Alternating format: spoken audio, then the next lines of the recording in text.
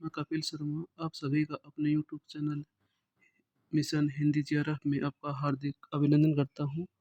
आज से हम रोजाना लक्ष्मीकांत सर की बुक भारत की राज्य व्यवस्था के पेज वाइज पेज अध्ययन करेंगे। आज के पहला बिंदु है ऐतिहासिक पृष्ठभूमि, हिस्टोरिक बैकग्राउंड। भारत की राज्य व्यवस्था। भारत में ब्रिटिश 1600 ईस्वी में ईस्ट इंडिया कंपनी के रूप में व्यापार करने आए। महारानी एलिजाबेथ प्रथम ने चार्टर द्वारा उन्हें भारत की व्यापार करने के विस्तृत अधिकार प्राप्त में कंपनी जो अभी सिर्फ व्यापारिक कार्यों तक ही सीमित थी, यानी कि वो सिर्फ व्यापार तक सीमित थी, उनकी राज व्यवस्था में ज़्यादा इंटरफेयर नहीं था। ने 1765 में बंगाल, बिहार, उड़ीसा के दीवानी यानी कि राजस्व एवं दीवानी न्याय के अधिकार प्राप्त कर लिए। इसके तहत भारत में उसके क्षेत्रीय शक्ति बनने की प्रक्रिया प्रारंभ हुई। 1858 में सिपाही विद्रोह के परिणाम स्वरूप ब्रिटिश ताज क्राउन ने भारत के शासन का उत्तरदायित्व प्रत्यक्ष अपने हाथों में ले लिया, यानी कि भारत का पूरा शासन अब उनके हाथ में आ गया। ये शासन 15 अगस्त 1947 में भारत की स्वतंत्रता प्राप्ति के रूप से जारी रहा, यानी कि अब भारत की पूरी शक्ति उनके हाथ में आ गई थी। कर लगाना, कानून बनाने, सब कुछ उनके हाथ में थे। आज़ादी मिलने के बाद ही भारत में संविधान संविधान की आवश्यकता महसूस हुई। यहाँ इसको अमल में लाने के उद्देश्य से 1946 में एक संविधान सभा का गठन किया गया और इसको आखिरी रूप 26 जनवरी 1950 को दे दिया और संविधान इसका अस्तित्व भारत में आ गया।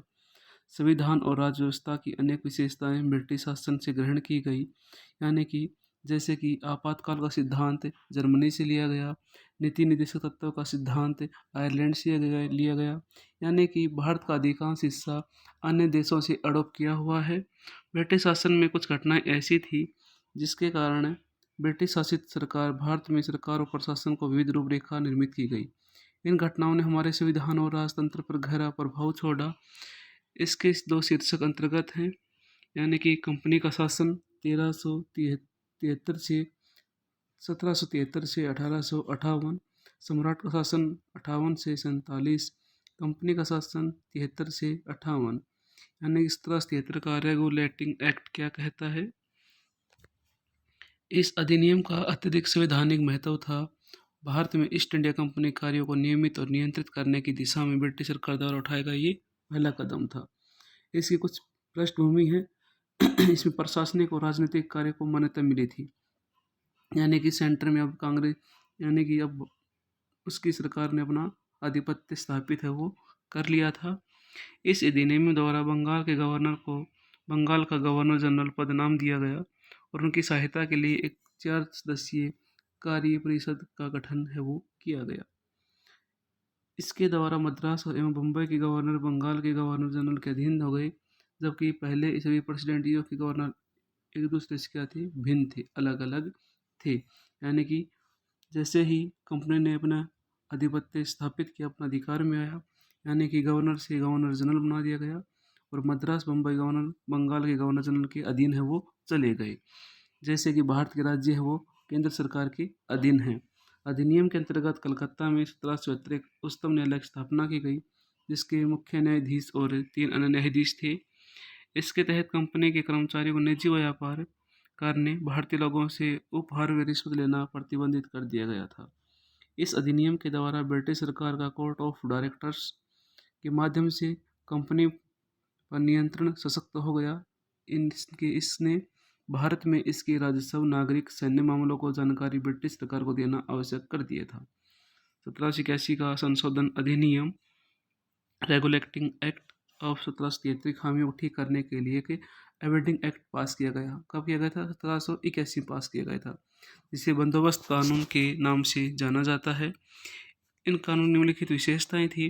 इसमें विशेषताएं क्या क्या थी? तो सर्वोच्च न्यायालय के अधिकार में आते थे, उसको बरी और मुक्त कर दिया गया, यानी कि किसको?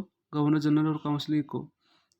उनके ऐसे कार्यों के लिए उन्हें पद धारण के अधिकार से किए थे, जो कि कार्य करने के दौरान की गई कार्यवाही के लिए सर्वोच्च न्यायालय के क्षेत्राधिकार से मुक्त कर दिया गया।